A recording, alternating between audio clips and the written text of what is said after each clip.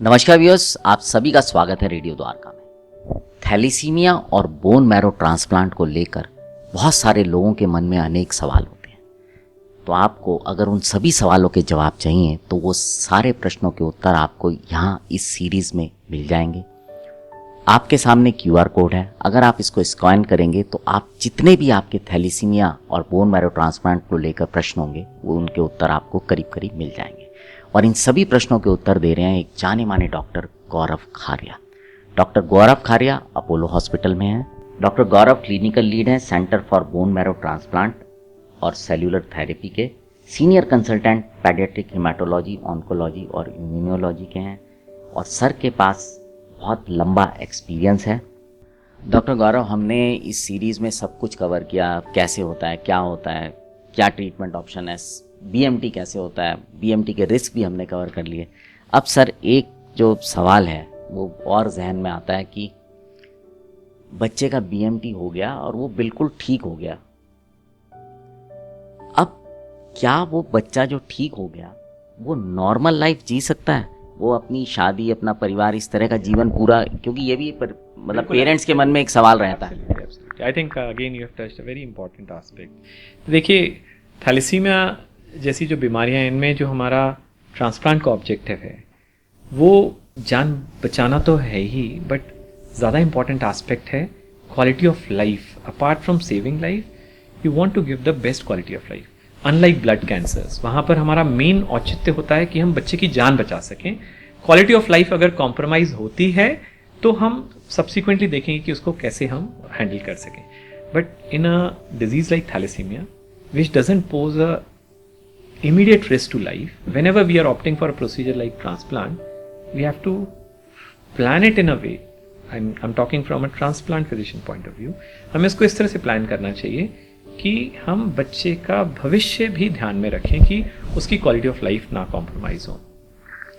अब मैं आपको इमीडिएट पोस्ट ट्रांसप्लांट फेज से बताता हूँ। तो जैसा ट्रांसप्लांट होने के बाद में 100 डेज तक बच्चों को अपने आसपास ही रखते हैं, क्योंकि that is the most critical period. उसके बाद उनको जहाँ से भी हैं वहाँ भेज देते हैं और रेगुलर फॉलोअप्स में रखते हैं टिल 1 ईयर पोस्ट ट्रांसप्लांट। रफली जैसा मैंने आपको पहले ही बताया था, 1 साल तक उनकी सारी दवाइयाँ ख़त्म हो जाती हैं और उनको हमें रीवैक्सीनेशन, जो वैक्सीन्स होती हैं जो बच्चों को लगती हैं नवजात शिशु को और 5 साल 7 साल 10 साल तक लगती हैं, वो हमें रीवैक्सीनेट करना होता है, क्योंकि ट्रांसप्लांट के प्रोसेस में जो इम्यूनिटी है प्रीवियस वैक्सीनेशंस की वो सब खत्म हो जाती है। So the immune system is new and we have to educate the immune system with the vaccines again. So this is called as revaccination. So that usually starts around 1 year post transplant. Subsequently, these kids are off all the medicines. सारी medicines खत्म हो जाती हैं. They are back to normal. They can do whatever they want. All sports related activities, everything. I mean, they are just like other kids. So no one should differentiate कि इस बच्चे का transplant हुआ है या ये नॉर्मल बच्चा है, तो ऐसा कोई डिफरेंस नहीं रहता। लॉन्ग टर्म जो हम देखें, फर्टिलिटी जिसको आपने टच किया, having a family is a very important aspect which we always keep in mind, and that's why जैसा मैंने आपको पहले बताया कि हमारी जो अंडरस्टैंडिंग है ट्रांसप्लांट की वो डिफरेंट हुई है, और उसी के चलते हमने चीज़ों को ऐसे मॉडिफाई किया है कि हम कॉम्प्लिकेशंस को मिनिमाइज कर सकें, इमीडिएट कॉम्प्लिकेशंस को भी मिनिमाइज कर सकें और लेट कॉम्प्लिकेशंस को भी मिनिमाइज कर सकें।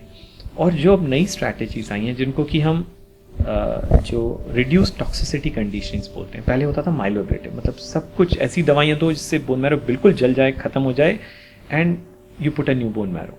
बट वो है ना, गेहूँ के साथ घुन भी पिसता है, तो वो ज़्यादा होता था पहले। अब जो नई वाली स्ट्रैटेजीज़ हैं, नई वाली दवाइयाँ हैं, उनको हम रिड्यूस टॉक्सिसिटी बोलते हैं। उसमें जो ये कॉम्प्लिकेशंस हैं दे आर रिलेटिवली लेस।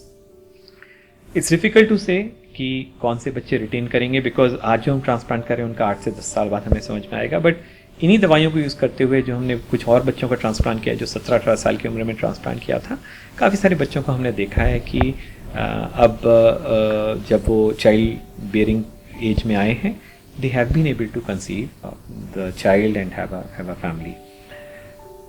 कुछ ऐसे बच्चे होते हैं जो हम ट्रांसप्लांट के लिए उस समय लेते हैं जब उनकी उम्र 15-16 साल हो चुकी होती है। जो थैलेसीमिया में कम होता है, बाकी बीमारियों में ज़्यादा होता है, उन्हें हमेशा प्रयास करते हैं कि हम अगर हो सके तो उनके स्पर्म या oocytes को प्रिजर्व कर सकें, है ना।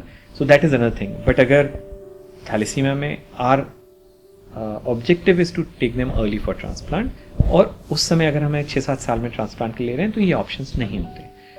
तो इसके दोनों के फ़ायदे और नुकसान हैं। अगर हम 6 और 7 साल में ले रहे हैं तो जो गोनेड्स हैं, अंडकोश हैं, उनमें ब्लड सप्लाई ज़्यादा नहीं होती, इसलिए जो कीमो रिलेटेड डैमेज है वो भी उनको कम होता है। सो दे आर बैलेंस्ड आउट। हम उनकी फर्टिलिटी उस तरह से प्रिजर्व नहीं कर सकते, बट हैविंग सेड दैट जो कीमो रिलेटेड कॉम्प्लिकेशंस हैं, गोनेडल डैमेज है, वो भी कम होता है।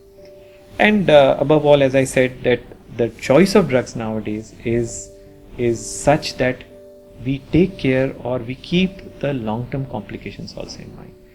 So unfortunately, I don't have a very clear-cut answer to it, but as we move ahead, ये चीज़ हमेशा हमारे जहन में रहती है, ध्यान में रहता है कि हम चीज़ों को इस तरह से करें कि हम लॉन्ग टर्म कॉम्प्लिकेशंस को भी मिनिमाइज कर सकें।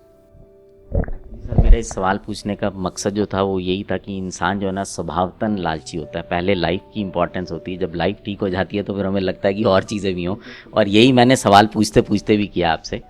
तो व्यूअर्स, जैसा डॉक्टर साहब ने बताया कि दवाइयाँ बदल रही हैं, नई नई तरीके आ रहे हैं, इस तरह की चीज़ों को जितना कंट्रोल करने का प्रयास किया जा सकता है वो किया जाता है। तो व्यूअर्स, अगर आप इसको सुन रहे हैं तो आप QR कोड को स्कैन कीजिए, पूरी सीरीज सुनिए। इसमें से एक एपिसोड ऐसा भी है जिसमें कि हमने ये पता किया है कि कौन सी इस तरह की सुविधाएं हैं जिनसे इस इलाज को कौन लोग मुफ्त में करा सकते हैं, किस तरह की सरकारी सुविधाएं हैं। वो एपिसोड 10 है, उसको भी आप सुनिए। अगर आप उसमें फॉलो करते हैं तो आप संपर्क कर सकते हैं, और हमने कुछ नीचे कॉन्टैक्ट नंबर दिए हैं डिस्क्रिप्शन बॉक्स में, और साथ ही साथ एक ईमेल आईडी है जिस पे कि आप अपने इस विषय से जुड़े किसी भी प्रश्न के बारे में जानकारी ले सकते हैं, उत्तर ले सकते हैं।